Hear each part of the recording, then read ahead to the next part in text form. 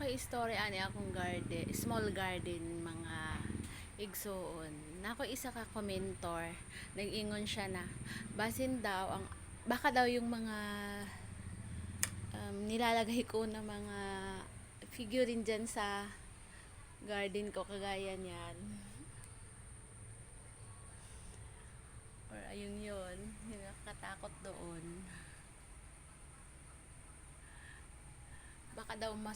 Baka daw kagaya sa pelikula na ano daw yung parang napasukan or nasapian, parang nabuhay siya, parang nagkaroon ng buhay. Pero sabi ko sa isip ko, siguro malabong mangyari yan kasi dito po sa aking small garden maraming mga word of God dito, like kagaya nito, oh, love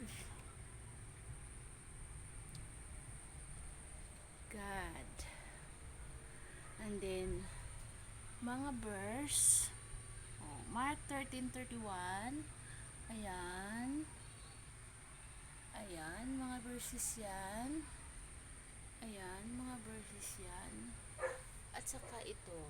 Oh, maraming mga verses yan na nakalagay. Ayan, ayan, ayan, ayan, ayan, ayan, ayan. Tas yan pa yan. Our God is an infinite God. O diba? From everlasting to everlasting, you are God. Kaya takot yung mga ano dito, mga masamang ano, elemento. Dahil punong-puno ng word of God. Kaya hindi ako nagwo-worry. Nung nabasa ko parang naisip ko rin, ayun nga no, nakakatakot, pero hindi kasi walang imposible sa Panginoon. 'Di ba? Tas ayan, yung palabas ng aming bahay, kubo. Tapos nilagyan ko na din yung mga konting decoration for Christmas kasi bare months na tayo. And then ito, ayan, Christmas light. Paggabi, umiilaw yan. Solar Christmas light yan. Meron yan sa link ng aking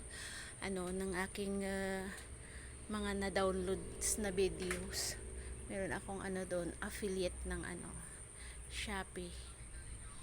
Yan. Sobrang napaka dito sa amin. Napaka fresh pag hapon.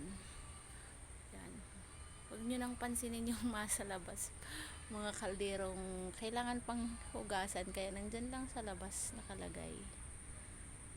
Tapos paglalabas parang uulan dito guys sa amin. Oh, tingnan nyo, sobrang na doon. Sobrang napakadilim na tingnan nyo mga guys. Ayan. Oh, yun, umuulan na doon.